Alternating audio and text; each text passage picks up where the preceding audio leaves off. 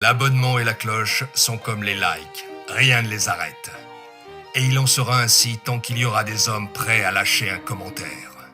Mon trésor, c'est à l'équipage Killer Bee que je l'ai laissé. Partez vite à la recherche des vidéos de Neil le Soubeyron, si vous n'avez pas peur de l'aventure. Les abeilles, et voilà, la vidéo d'avril est là dans ce nouveau studio qui est toujours en cours d'aménagement, mais qui me permet tout de même de pouvoir tourner cette vidéo. J'ai la naïveté de penser qu'on sera bientôt suffisamment libre pour que je puisse encore améliorer l'état de ce studio, à savoir acheter une nouvelle caméra, des projos, de la lumière et de la déco. Tout ça, ça va devoir attendre un peu. En attendant, on va parler d'un animé qui va reprendre sous peu, et pour pas te spoil toi là-bas, pour pas te spoil, simplement on va parler de personnages qui sont apparus uniquement dans l'animé de Bleach et donc qui ne sont pas apparus uniquement dans les scans ou dans l'apparition française, mais vraiment que tout le monde connaît peut-être avec des tenues un peu alternatives, mais rien qui spoil en tout cas. Bleach, c'est aussi l'arrivée du cosplay à Marseille en 2009, donc vidéo très importante pour moi. À l'époque, en France en général, il y avait très peu de cosplay. On avait déjà des salons, hein, bien évidemment, parce que cartoonistes, parce que d'autres salons du même type, mais très peu de cosplay dans la culture populaire, voyez-vous. Et à Marseille, c'est arrivé grâce à Chibi Japan Expo Sud. C'était pas encore Japan Expo Sud, c'était Chibi, c'était le premier salon qu'on a eu ici. Et il y avait des éléments comme par exemple le Japanim Café ou la première team de cosplay dans le sud en tout cas, la CST, qui était arrivée et qui avait pour thème du coup Bleach. Il y avait une grosse fanbase en fait de Bleach simplement à l'époque, et donc ça a créé ce monde qu'on connaît aujourd'hui. Et même dans le sud en général, je pense que Bleach, grâce à Bleach et aux cosplayers de Bleach, on a cette espèce de variété aujourd'hui dans le monde des conventions sudistes. Comme d'habitude, je me lève et je vous bouscule pour vous demander du coup de vous abonner et d'activer la cloche, mais aussi pour me suivre sur Instagram en tapant Killer Bee YouTube. Je répète, Killer Bee YouTube encore une troisième fois, Killer Bee YouTube. On va faire les pubs à l'ancienne où tu devais répéter 400 fois le même mot pour que les gens ils impriment. Et pareil sur Twitch du coup au pseudo Event Killer Bee. On le refait, Event Killer Bee et encore Event Killer Bee.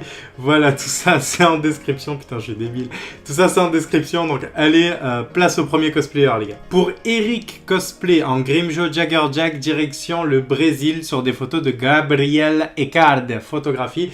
Pour commencer, je voudrais parler du travail de la photographe qui est incroyable. Elle a capturé le personnage sous ses meilleurs angles en n'oubliant pas au passage de mettre en valeur le cosplayer, son modèle, et c'est vraiment remarquable. Le trou de holo est superbement réaliste, la wig est vraiment impeccable, j'adore le Zanpakuto qui paraît rigide et léger. Vu l'aspect, moi j'opte plutôt pour du bois MDF, donc de la poussière de bois ou en tout cas des résidus de ponçage compressés à haute pression et mélangés avec des colles et des solvants. On peut facilement trouver ça dans des commerces de bricolage, hein, simplement. Le make-up est assez surprenant puisqu'exactement dans les mêmes teintes que la wig, très bien assorti et c'est pas du tout facile à faire. On peut trouver deux bleus qui se ressemblent, mais la différence est souvent marquée. Ici, ça n'est pas le cas et ça s'adapte même à ces lentilles. J'adore la mâchoire de notre Panthère Espada, je trouve que les gravures font très pièces de plâtre ou de matière argileuse. C'est vraiment ingénieux de choisir ce genre de technique parce que c'est ce qui se rapproche, selon moi, le plus en termes d'aspect d'un crâne. Le tissu, je pense que c'est clairement du coton. Après, je sais pas trop si c'est acheté ou pas, mais le rendu est vraiment magnifique. On revient aussi sur le make-up vite fait juste avant de passer au suivant. Le tatouage de l'Espada numéro 6 est vraiment présent, est bien présent ici, on peut le remarquer et c'est vraiment super. Merci au Grim d'Eric Cosplay. Good game à toi. Voyage en Russie pour rejoindre la vice-capitaine de la 10e division du Gotai 13 sur des photos de Chinky Mill, la Matsumoto Rangiku de Xiao Longriku nous apparaît. Le roux délavé de Matsumoto est un défi à part entière et en retrouver le coloris a pas dû être simple. La wig donne une impression de légèreté qui me plaît vraiment, on reverra un peu à la fin pourquoi ça me plaît. Autre point plaisant, le sens du détail avec le joli badge de vice-capitaine et le collier de la Shinigami. Chaque Shinigami et chaque Espada porte sa tenue d'une manière différente des autres. Pour Matsumoto par exemple, elle y ajoute cette écharpe rose que l'on peut apercevoir sur ses photos. Je trouve le Zanpakuto de Xiao Longriku aussi joliment réalisé que celui de notre précédent cosplayer. La ceinture composée blanche est superbe et la mise en beauté est une pure réussite. J'ai peu de choses à ajouter parce que ce qui fait que ce cosplay m'a tapé dans l'œil, c'est avant tout l'impression de simplicité malgré le réel travail de l'artiste. Et comme je disais tout à l'heure, c'est sur ça que j'identifie Matsumoto. En fait, bizarrement, c'est l'impression qui caractérise le mieux ce personnage, selon moi. Passons au cosplayer suivant. Shunsui Kyoraku, l'homme au double Zanpakuto, capitaine de la 8ème division, a été pris en photo par Mambart et Yusa Wayne, à qui je dois ma photo de couverture Facebook perso, sur scène avec les Noobs, les Starry Sky et plein d'autres copains. Je crois même qu'il y avait les gars de Nice Geek. Bref, voilà, avec plein de potes. Le cosplayer est un pote, du coup c'est Vivien Cosplay. Comme je vous le disais pour Matsumoto, chaque personnage porte sa tenue d'une façon différente. Kyoraku y ajoute un chapeau de paille Mugiwara no Kyoraku et une veste florale. Sans compter le fait qu'il ouvre sa veste, bien évidemment. Commençons par le Shikai. Réaliser des DAO, c'est pas si simple que ça et on devine du bois très fin sur ces photos ou du carton plume tout aussi fin. Dans les deux cas, la découpe a dû être compliquée à réaliser à cause du besoin constant de précision. L'aspect technique se remarque aussi avec les pompons rouges ajoutés à la garde de chaque sabre. Ces mêmes gardes superbement peintes d'ailleurs. Niveau coiffure, on est aussi bien servi avec cette mèche tombante à la Aizen. D'ailleurs, on va pouvoir parler des sandales puisqu'on les aperçoit enfin. Les Waraji sont des sandales de paille tressées assez compliquées à porter. Elles font généralement assez mal aux pieds et ont un système d'attache qui m'a toujours fait galérer. Je finis en saluant le travail des photographes qui ont su exploiter le côté haut en couleur de ce capitaine et le côté un peu plus posé de Vivien, ce qui me rappelle parfaitement la première scène de Kyoraku où on le voit poser à dire à Chad qu'il n'aime pas se battre. En tout cas, comme d'habitude, il a géré son cosplay à la perfection. Bon, il fait un peu chaud, on retourne en Russie pour Aries alias Rouge Sama sur des photos de PH Leila Askiarova et sa Tia Alibel. Le requin du Wekomundo est superbement représenté, j'adore son tiburon dont la lame est d'une propreté parfaite en fait, simplement. Les retouches sont incroyables, le travail sur les gouttelettes est appréciable. Pour le masque par exemple, cette fois, il a l'air plus proche du plastique que du plâtre. Choix également très intéressant, le make-up est monstrueusement parfait, surtout au niveau des paupières. J'aime beaucoup la wig, elle est vraiment cool. Elle colle assez bien avec l'ambiance générale, je trouve. Pour ce qui est du tissu, j'ai pris une photo où on voit la tenue complète et les coutures sur le bas, pour moi, rajoutent un très bel effet. Les trous au niveau des hanches sont également cousus avec le même procédé. On plie le tissu sur lui-même et on le passe à la machine. Je trouve très intéressant le choix de faire le masque en plus du col montant avec les deux ouvertures en forme de bouton. La plupart des cosplayers choisissent ou le masque de holo ou le col la plupart du temps. L'idée générale est vraiment très intéressante et le résultat est simplement parfait. Si je vous dis Kaname Taozen et que vous avez une belle culture cosplay, vos pensées iront automatiquement au Texas, chez CX Cosplay. Black Captain Kirk ou Kirk, je sais pas, Daniel Groove Photographie et Warrior Pose Photographie ont pu immortaliser la mouche traîtresse du Gotei 13.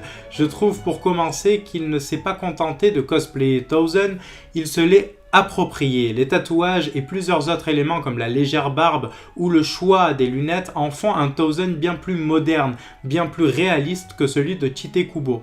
J'adore la photo avec les lames, mais l'ensemble du cosplay est irréprochable, ce qui se fait de mieux certainement pour moi. Rappelez-vous, sur l'une des premières vidéos, je vous avais montré du coup un Undertaker de Black Butler. Elle était italienne, il me semble, et elle avait choisi de faire une version un peu plus gothique, un peu plus moderne du personnage, et j'avais adoré ça. Pour moi, c'est un peu le même type de cosplay qu'on retrouve chez CX ici. La fourragère orange autour du cou, les gants, la tenue et ce superbe Zanpakuto, pour moi, l'ensemble le hisse automatiquement au sommet du Tozen Game. J'en ai vu pas mal avant d'arriver à lui, c'est celui que j'ai décidé de retenir pour le rôle de l'ex-capitaine aveugle, tout simplement parce qu'il a tout. Good game. Les photographes sont cette fois Alain, GDI Commander et Bessisika Photographie pour une Néliel parfaite. Moonlitaz Cosplay. Elle est magnifique et son cosplay l'est tout autant, surtout que ça doit pas être facile à porter en salon avec tous les tocards qui font des allusions perverses. Alors je profite de cette vidéo et d'un message à moitié lu sur sa page pour vous rappeler ceci. Cosplay is not consent. Au même titre qu'on n'embête pas les filles dans la rue, les cosplayers et cosplayeuses font ça par passion, pas pour se faire assaillir de free hugs ou de mains mal placées entre deux stands. J'en profite aussi pour répondre à certains DM d'Instagram, c'est aussi pour ça que je ne me permettrai jamais de faire des commentaires mal placés sur une modèle. On est avant tout là pour parler respectueusement d'un travail artistique. Bref, la tenue en lambeaux est superbe. Quand je cosplayais encore, j'ai eu à faire un haillon pour mon Aladdin. Et pour mon Shuda de Rave aussi d'ailleurs. C'est moins facile que ça en a l'air, surtout qu'on voit ici plusieurs traces de couture à la machine. Donc il ne s'agit pas simplement là de prendre une pièce de tissu et de la déchirer, c'est beaucoup plus technique que ça. Et comme on a un bout de tissu qui lie la partie du haut à la partie du bas, je me demande même si c'est pas une seule pièce qui a d'abord été entièrement travaillée comme pour une robe et ensuite modifiée en haillons. En tout cas, le résultat est parfait, le make-up est vraiment incroyable et le casque est oufissime. Cette fois, je prendrai le risque de parler de Worbla, je pense, bien repeint, mais je pense que c'est la matière utilisée ici. Elle fait partie des 100 chaussures en convention et pour avoir fait Aladdin, je respecte cette force à un point que vous pouvez même pas comprendre. Je finirai en disant que j'aime vraiment beaucoup son Zanpakuto, mais que j'arrive pas à en déterminer la matière à cause de sa couleur et de son épaisseur, elle m'a posé une vraie colle ici. La wig et les lentilles déchirent tout, très beau cosplay, merci à toi Moonlita. On retourne à Sydney comme pour dans la vidéo Zelda, et cette fois on va encore avoir affaire à Zumbo Black Heart, mais en tant que helpeuse avec Akizi, ou Aquinzi 89 sur des photos du désormais célèbre sur cette chaîne Creed Photographie. Le cosplayer c'est Maan Tao Cosplay et son personnage c'est Toshiro Itsugaya, le bonhomme de neige de la 10e division, un capitaine glacial qui est ici représenté à la perfection par Maan Tao. J'adore la tenue hivernale très composée qu'il porte avec vraiment pas mal de pièces de tissu déchirées, c'est superbe. L'ambiance blanche fait ressortir sa wig impeccable et ses yeux d'un bleu électrique. Sur ces mêmes yeux, le make-up est très précis au centimètre près. Hyorin Maru est également reconnaissable avec sa garde en étoile et sa poignée bleue. J'aime vraiment beaucoup l'attitude, principalement sur la plus grande photo où on voit parfaitement les talents de ceux qui ont contribué à un tel résultat. Vraiment cette photo est magnifique et je pense que le travail des helpers ou helpeuses ont vraiment beaucoup aidé et l'attitude du cosplayer aussi, vraiment je suis sans voix, c'est magnifique. Alors pour le prochain je vais être assez bref les abeilles, j'ai qu'une seule photo de Ryuan Mei et peu d'éléments à analyser chez Yuji, notre premier cosplayer chinois il me semble.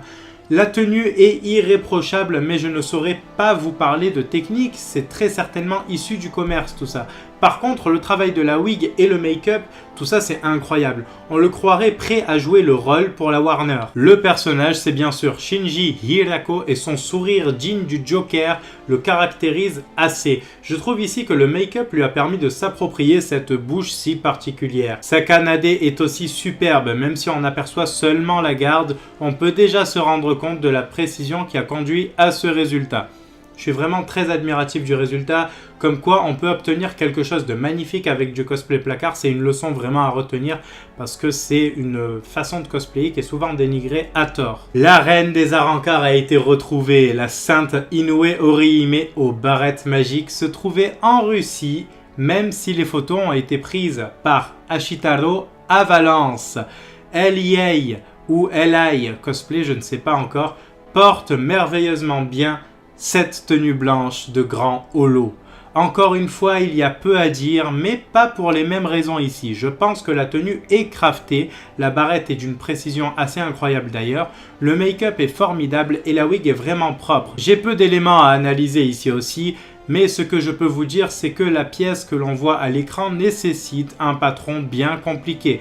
Contrairement à d'habitude, j'ai très peu de cosplay visible de haut en bas dans cette vidéo, probablement parce que les tenues de Bleach semblent similaires et que les artistes n'éprouvent pas le besoin de tout montrer. Mais la subtilité de Bleach justement se trouve dans les petits détails, ces petits détails qui différencient les tenues les unes des autres, comme la façon de porter une veste de capitaine par exemple. Dommage, mais c'est tout de même très réussi. En voilà un qui déroge à la règle. Il ne se montre lui aussi que à moitié. Là, il montre que la moitié de son travail en tout cas, mais cette fois, il y a pas mal de choses à dire tellement que c'est fourni, c'est bien fourni en fait. Le make-up est signé Luna Apple, les photos sont de Eva Elavata, Arain Shoot et Antonin Pimienta. J'espère que je l'ai bien dit. Pour l'Espada numéro 4, Ulquiorra Schiffer, c'est Nacho Cosplay qui porte le personnage à merveille. Le make-up est l'élément principal puisqu'il recouvre le corps tout entier, d'un blanc digne des cendres du Wekamundo. Par-dessus le body paint, nous avons le tatouage numéro 4, propre à l'Espada, ainsi que son trou au milieu du torse. Puis viennent s'ajouter les précisions sur le visage, ainsi que les motifs de larmes qui coulent de ses yeux. Les lentilles sont vraiment superbes et la wig n'a aucun défaut. Elle semble également correctement laquée et le crâne à cornes y siège parfaitement. Pour le casque, je pense soit à du Warbla, soit à une matière proche de la résine. Mais peu importe la matière, le résultat est superbe. Le moule a été préparé avec soin et le vernissage est vraiment propre. Murcielago est aussi vraiment superbement reproduite, la garde est vraiment magnifique. L'expression du visage est également celle d'Ulquiorra. Aucune émotion ne transparaît, vraiment un travail impressionnant de la part de Nachu Cosplay, que vous pouvez aussi retrouver d'ailleurs dans le clip de The Ace manga, le premier manga en L de Death Note, Lowlight. Voilà, on y est, le prix coup de cœur de cette vidéo, le boss final, le personnage qui mêle sex appeal, badassitude et cuteness. J'ai nommé cette chère Yoruichi, que j'adore, c'est vraiment un perso que j'adore. Cette fois, elle est portée par Mitsuki Honda, que je trouve vraiment incroyablement fidèle au personnage. Tellement fidèle que j'en avais déjà sélectionné une avant de tomber sur elle, et que j'ai changé tous mes plans, mais également le prix coup de cœur qui devait être celui de la vidéo. D'ailleurs, je vais vous laisser deviner qui c'était à la base, mettez-le moi dans les commentaires. Mais voilà, la Yoruichi que j'avais n'était pas le prix coup de cœur, et quand je suis tombé sur celle-là, j'ai immédiatement inversé les deux. Cette fois, on a beaucoup de photographes, parce que pas moins de 10 photos, il me semble. Kyutsu, Gérard Sajo, Cosplay Univers, Laurent PA, Redpoint, Shiho Photographie et mon pote Taiji Pictures. Le pro du catch et des covers. Les ambiances et les lieux collent parfaitement à chacune des tenues choisies. Les lentilles sont fantastiques et tout colle toujours avec l'ambiance. Quand elle doit être sexy, elle l'est. Quand elle doit être un peu froide, elle l'est aussi. Quand elle doit être charismatique, elle l'est. Quand elle doit avoir la tête de chat, elle l'a aussi. Le choix du fluffy pour les pièces d'armure rend plutôt bien. Moi, ça me choque pas plus que ça. Les pièces de tissu sont vraiment sans défaut. Le make-up très léger, mis à part le tatouage. Très honnêtement, c'est un personnage que j'aime vraiment beaucoup. Comme un peu Naburu sur la vidéo précédente, donc pour moi ça paraissait vraiment compliqué de la voir en vidéo. L'avoir trouvé une première fois en 4 heures de recherche était déjà incroyable, mais tomber sur une deuxième qui colle encore mieux à la peau du personnage, et ce en cherchant un tout autre cosplay en plus, ça relève du miracle, vraiment merci à toi pour ces images, tu as géré ce cosplay. Et voilà mes chères abeilles, l'avant-dernier épisode de la saison 1 des plus beaux cosplays est terminé. Le mois prochain, on arrivera à la conclusion de cette première saison qui mettra en pause ce format, le temps de préparer une saison 2 qui déboîte. Alors quand je dis préparer, c'est au moins faire toutes les sélections et une partie de l'écriture. Après, comme vous le savez, on a généralement dans l'année des annonces, par exemple Bleach, je ne m'attendais pas à la faire, on a des annonces qui font que c'est le bon moment pour vous parler de tel cosplay ou tel cosplay. Et donc du coup, je ne peux pas prévoir 12 épisodes, je peux faire des sélections de 12 épisodes qui m'avanceront en fait considérablement mon travail, hein, et donc du coup qui me permettront de vous sortir ça à un rythme beaucoup plus régulier. Pour le dernier épisode, le thème est déjà choisi, mais n'hésitez pas à me donner des idées en commentaire pour la saison 2. Partagez au maximum cette vidéo pour ceux qui aiment Bleach, hein, simplement, et pour qu'ils aient des étoiles dans les yeux, pour que vos amis aient des étoiles dans les yeux. N'hésitez pas à m'identifier quand vous partagez la vidéo, je vous mettrai un petit mot, je ferai un retweet par exemple sur Twitter, ou un commentaire ou un truc sur les réseaux sociaux. N'hésitez surtout pas, vraiment, merci à ceux qui le feront. N'oubliez pas de vous abonner avec la cloche, mais aussi de venir discuter avec moi sur mes lives Twitch ou Instagram, à l'occasion, même sur Instagram en général, hein, à l'occasion en DM. Les deux sont en description. Si tu veux rejoindre la communauté active, on a un Discord aussi présent en description. Bzz les abeilles. Et toi là-bas au fond qui mange n'importe comment. Et à très vite. Je vous demande de vous abonner à Killer Bee, vous entendez? Killer Bee! Et pas autre chose.